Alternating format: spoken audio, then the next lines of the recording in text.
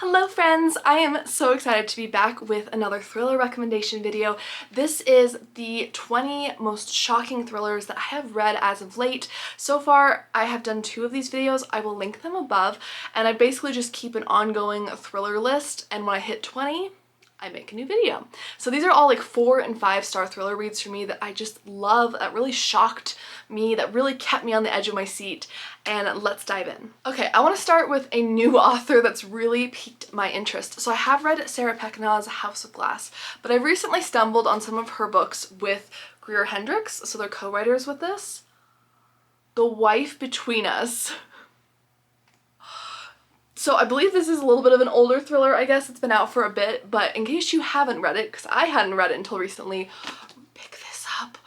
This is like a fantastic domestic psychological thriller. The premise for this is that we have the ex-wife and then the fiance, and so we have, like, you know, the wife between us, between her and the husband-to-be. And this book, honestly, the less you know going in, the better. That's the case with a lot of these, but it played with my mind in so many ways. I mean, I still remember where I was sitting, what I was wearing, and what I was doing when I read one of the twists because I was so gobsmacked. So this will like just completely flip you on your head multiple times. Like, you'll think you have an idea of where things are going, and then suddenly you're just smacked into the ground because the twist is so shocking.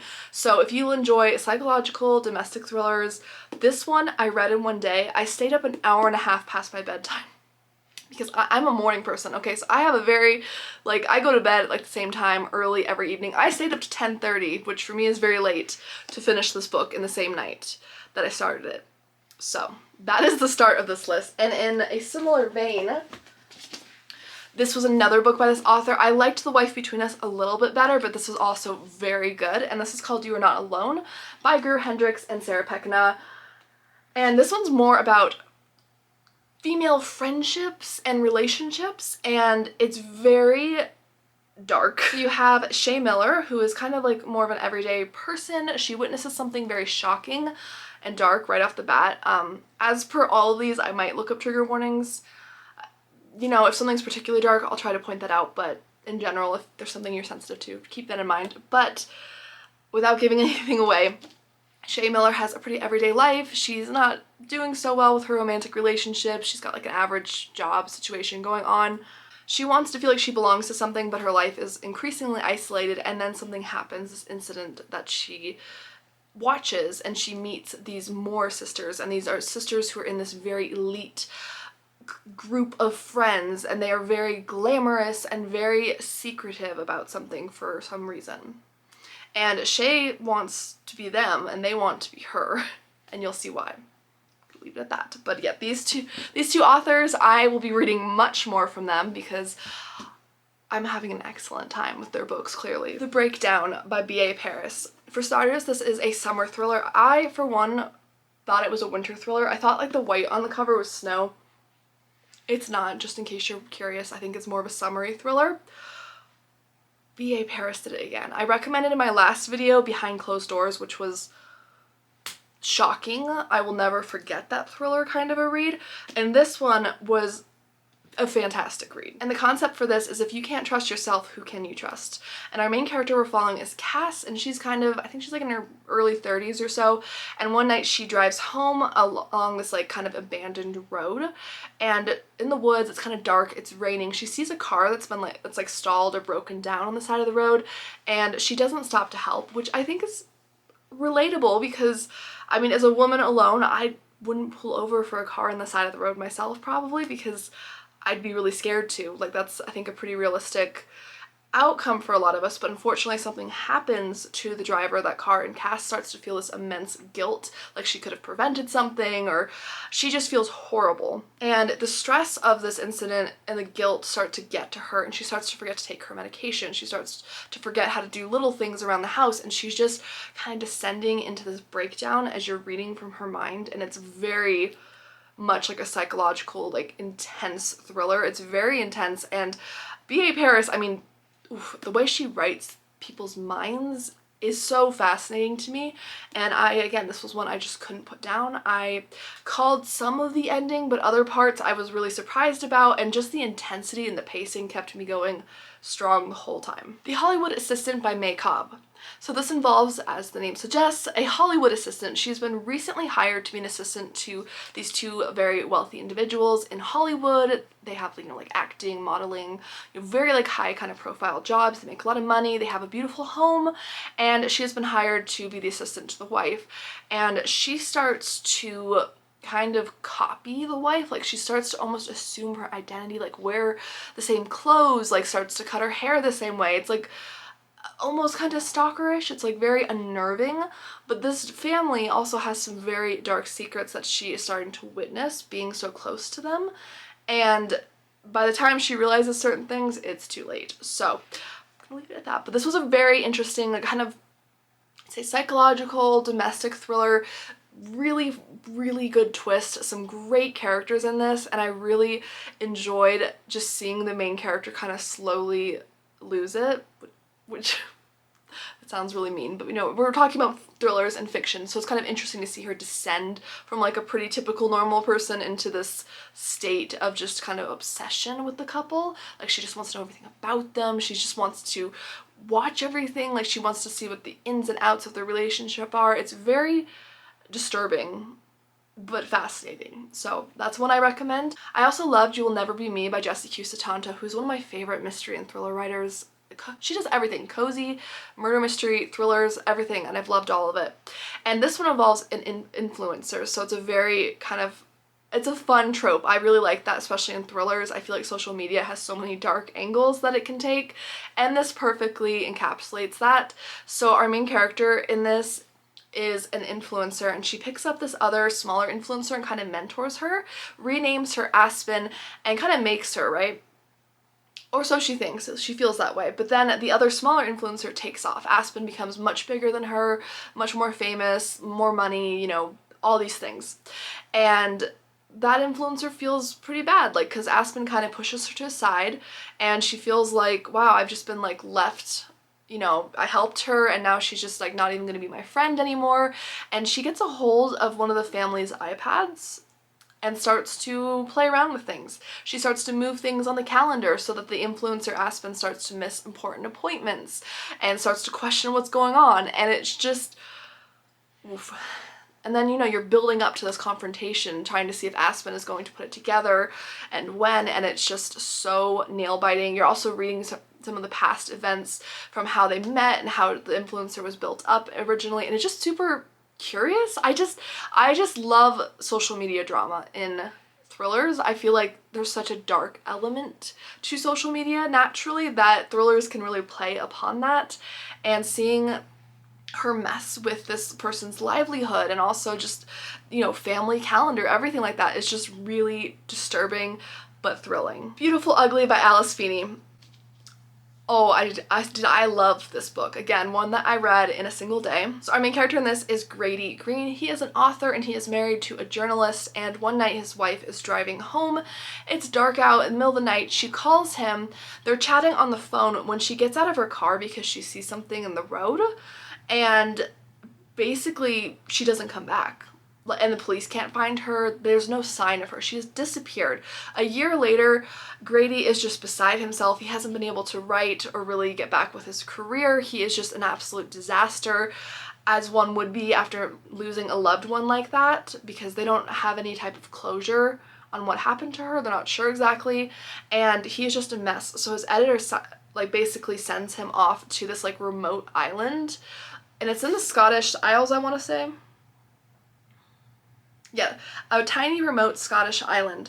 So she sends him there because he can't sleep, he can't write, he is falling to pieces. So she sends him there for a fresh start and also just have some kind of isolation and just get some fresh air, maybe be inspired. But while he's there, he thinks he sees his wife. And I'm gonna leave it at that. One, I love that the main character is a writer. I think that is just, I love reading from the perspective of writers and books in general. I love that the setting of the Scottish island is so unnerving. I mean, think fog, think small isolated town, everyone knows everyone's secrets, so creepy. And I I could still see my face when I read the final chapter of this.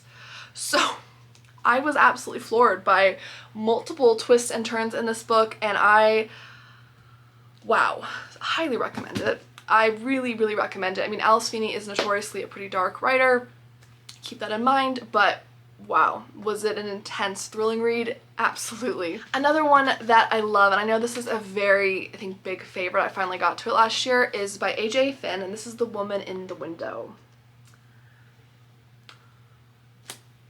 I understand why this is such a big hit. It's terrifying. The main character in this is Anna Fox. She lives alone in New York City in an apartment. She is a recluse, and I mean, she doesn't leave like the house basically. She is extremely, it really dives into her agoraphobia, which is it's hard to read because my heart really went out to her with her not being able to leave the house because of like different anxieties and things she was going through. So that part was definitely difficult to read in terms of like the sympathy that was welling up in me as I was reading this.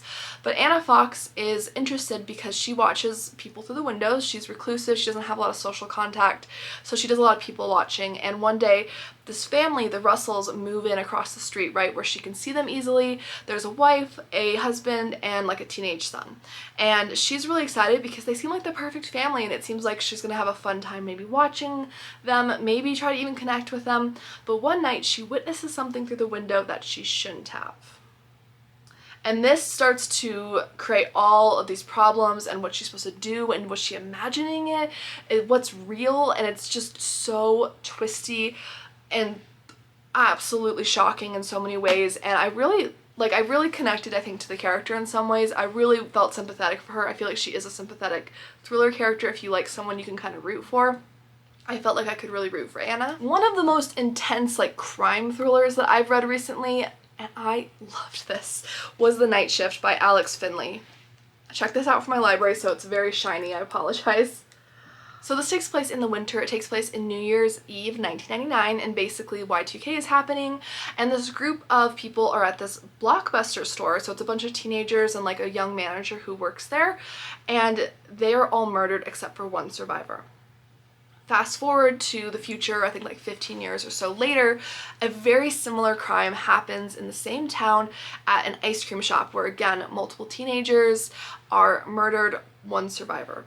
So the crimes very much feel like it could be the same person.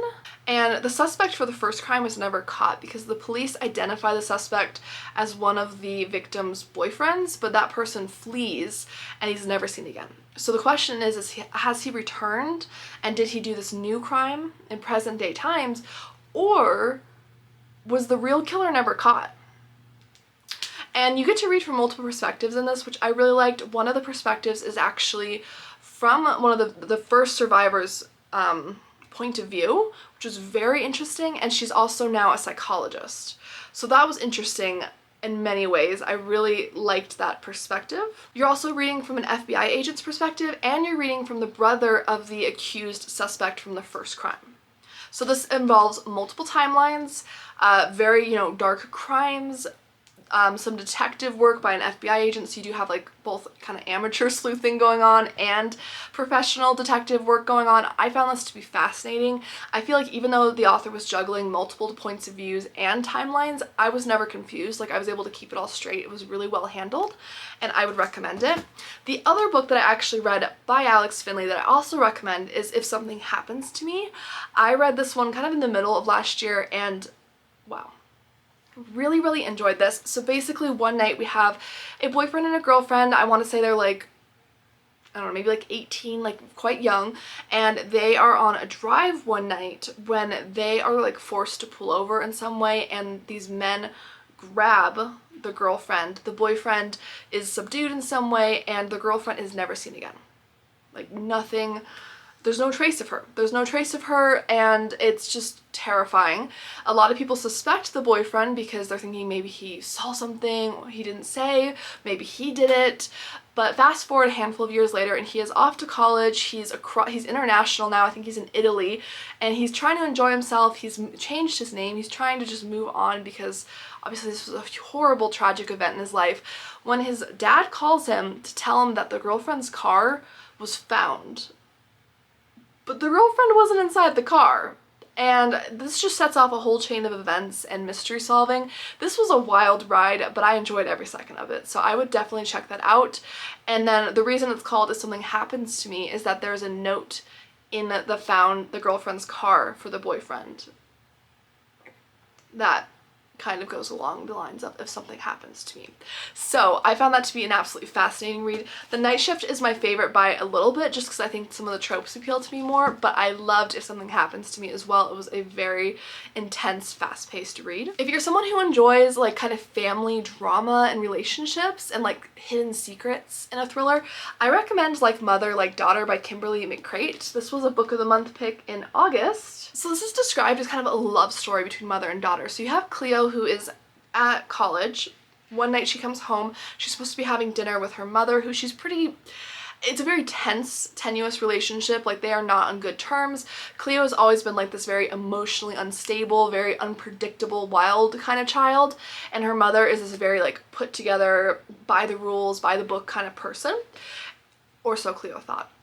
Well, her mother is gone, so she calls the police, she's trying to get help, but she starts to dig into her mother's life. And she finds out that her mother is not like a lawyer, like she led everyone to believe. She's actually her firm's fixer, which means she handles some like kind of nasty dealings, and she fixes things for companies. Then you're also reading from Kat, the mother's perspective, in the days like leading up to her disappearance, and you learn different things like some different blackmail she came across, her finding out that her daughter has gotten back into this dangerous relationship, and you're kind of reading all this and trying to put together, well, who's done it, what's happened to Kat, and you're also trying to like root for Cleo and see like, are you going to solve it, are you going to find your mom, are you guys going to reconcile? Like, it's a very emotionally suspenseful read. If you enjoy those relationships where like people are like uncovering things about their loved ones and they're very shocked, I would recommend this.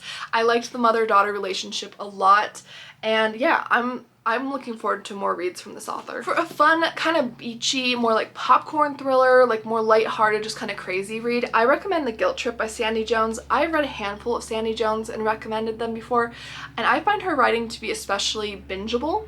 There's just something about it that's like a really good, like fast-paced, like I'm in a reading slump, I want to pick it up kind of read this author always puts out. This one is called The Guilt Trip.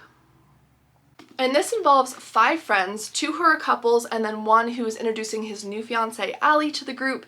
They are all in Portugal for Will and Allie's wedding, and they appear to be this perfect couple.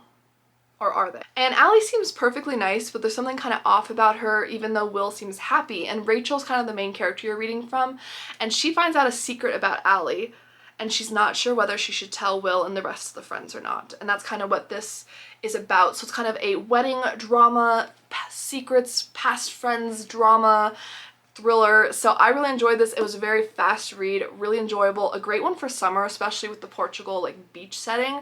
I really enjoyed it. If you're looking for something very intense psychologically, I would say I Can Be a Better You by Taryn Fisher. This was crazy.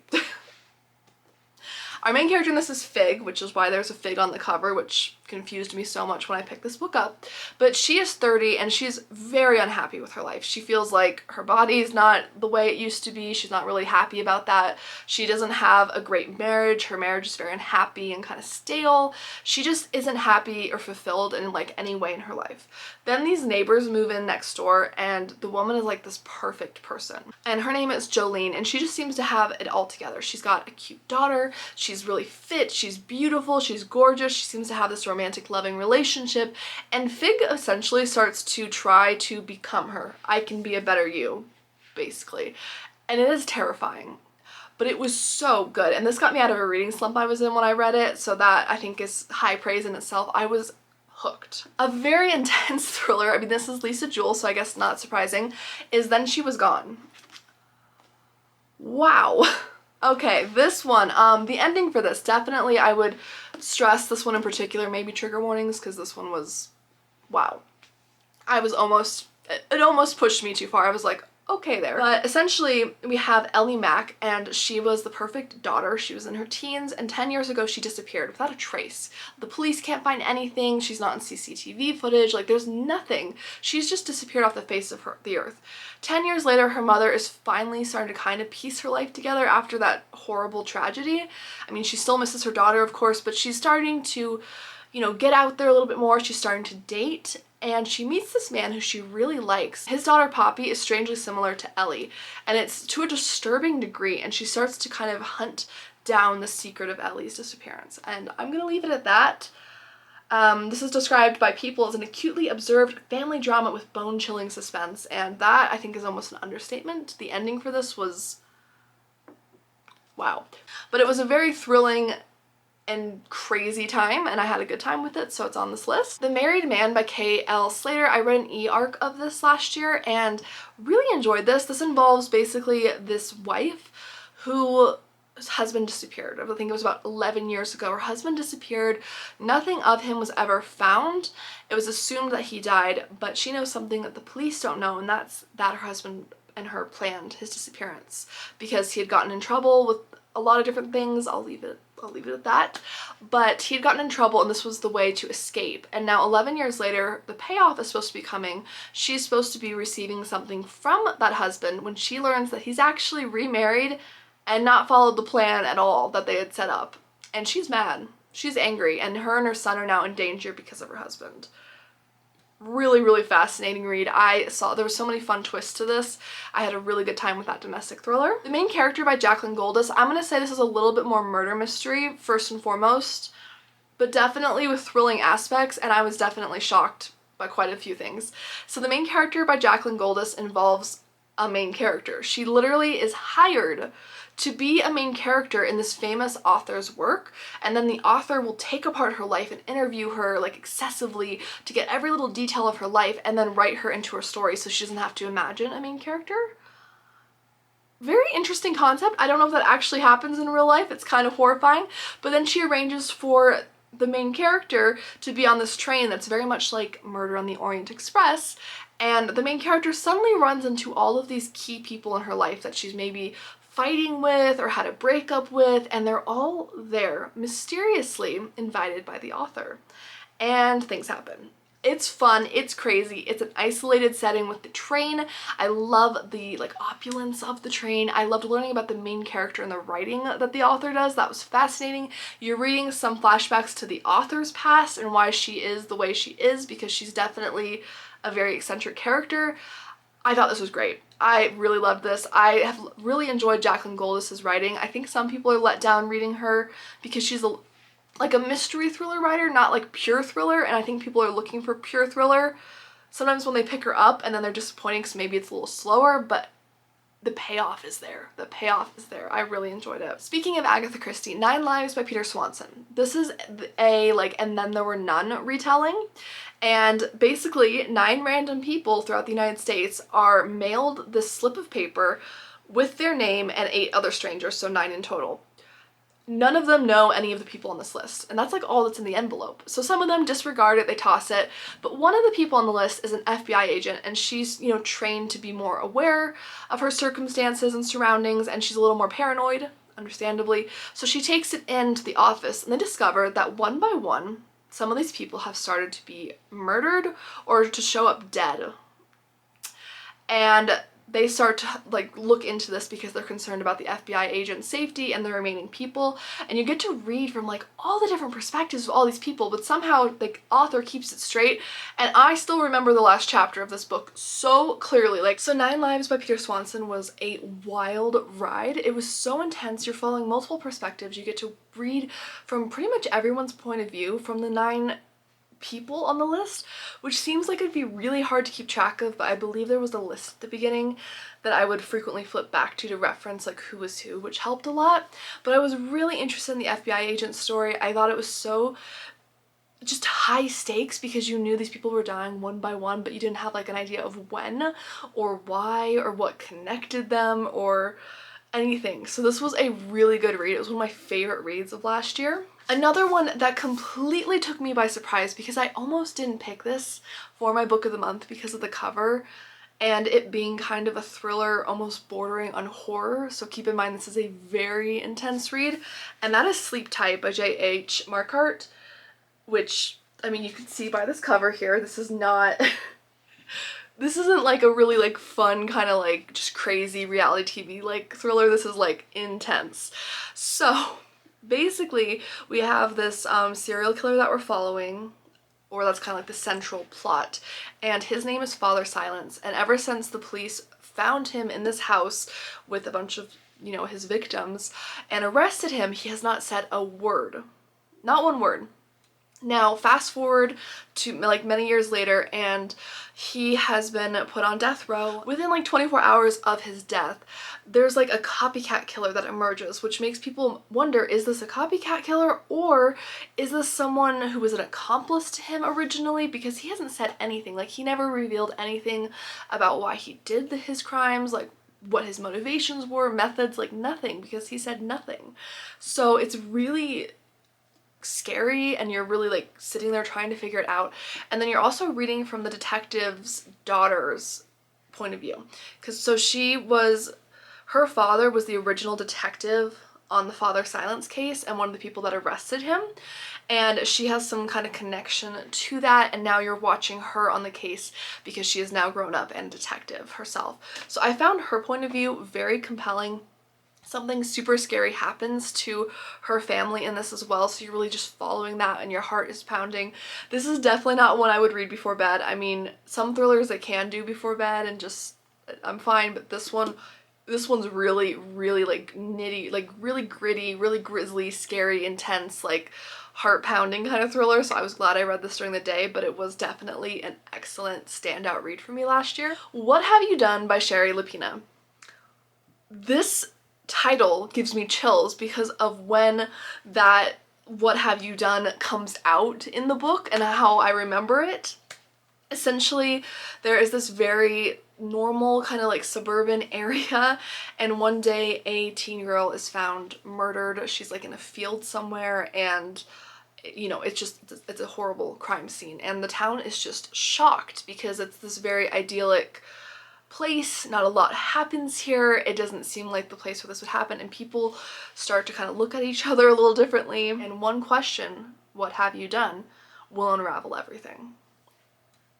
I highly recommend it. I was on the edge of my seat. For a wintry read, I strongly recommend The Overnight Guest by Heather Gudenkauf. I know I recently spoke about this in my chilling winter thrillers video, which I'll link above for very wintry recommendations, but this one is so creepy and isolated. So a wintry isolation thriller. You have this writer, Wiley, who is going to be staying in this kind of remote house in the middle of nowhere, like in the middle of the woods, and a storm hits. So she is really snowed in there, and that wouldn't be too bad. She's trying to use this time really productively to kind of get over her writer's block, but she's struggling because of the storm and the fact that there were two people who were really brutally murdered in that house many years ago. So you're reading past flashbacks to what happened to those people and like leading up to the murders, and you're reading the present timeline with Wiley. Well, Wiley goes outside for a moment, and she actually finds this small boy like partially buried in the snow, and he's just clinging to life. So she grabs him, brings him inside. She's trying to warm him up. She's trying to figure out how he got there, because he's, you know, he's not that old, so it's not like he walked that far. There's nothing really around there, and it soon becomes very clear that someone is hunting them down, and they are trapped. Like, there's nowhere to go. They can't drive anywhere. They are trapped. So it is extremely suspenseful. Another really good wintry one is Christmas Presents by Lisa Unger. Now, this does have some Christmassy vibes to it, of course, but overall it's mostly just like a strong winter thriller that I would recommend. Our stories in this one centers around a survivor who survived this really brutal crime. As a teenager, her best friend was killed, and it's believed that two other friends who were sisters were also killed because they were never found after this event. She very narrowly escaped, and the person was jailed. So she thinks she's safe. She's managed to kind of piece her life together. She's opened this bookshop in this town. So there's actually these very cozy scenes in the bookshop, which is this very strange juxtaposition to the rest of the thriller, which is very like intense. And it's just weird. But one day this true crime podcaster and like author arrives, and he is determined to get her side of the story from that crime that happened many years ago, because he's put together this pattern where he believes that the right person wasn't caught, or that there was an accomplice or something like that. So he's trying to investigate that, and she doesn't want anything to do with it, but it kind of forces her to look at the past and to work with her best friend to try to put some things together and put her life back together more. So I thought this was a really compelling story. I liked the main character. I was really rooting for her. You do get to read from some multiple points of views and multiple timelines, but I did just love this. I'm so enjoying Lisa Unger's writing. She's quickly becoming a fast favorite. I read 2 of her books last year, and now I'm already like, I'm a 3rd book and a 4th book behind me. I'm really excited to get into, so strongly recommend her. Alright guys, and that is the end of my thriller recommendations video. I hope this gave you some new ideas for your thriller TBR and inspires you to check out some new authors if these are some that you haven't heard of. I so enjoyed all of these. These are all personally 4 or 5-star reads for me. And I so look forward to putting these videos together because it's just like the best of the best thrillers that I've read. So, you know, hit subscribe, stay tuned, check out the other thriller videos I recommended above if you're looking for more recommendations, and I will see you guys in my next video. Don't forget to like and subscribe. I do post new book content every week on my channel, and I talk about everything mystery, so whether that's cozy mysteries, murder mysteries, thrillers, anything with a mystery in it, I talk about it here. I'm mystery obsessed. I hope you'll join me. Thank you again for watching, and I'll see you guys in my next video. Bye!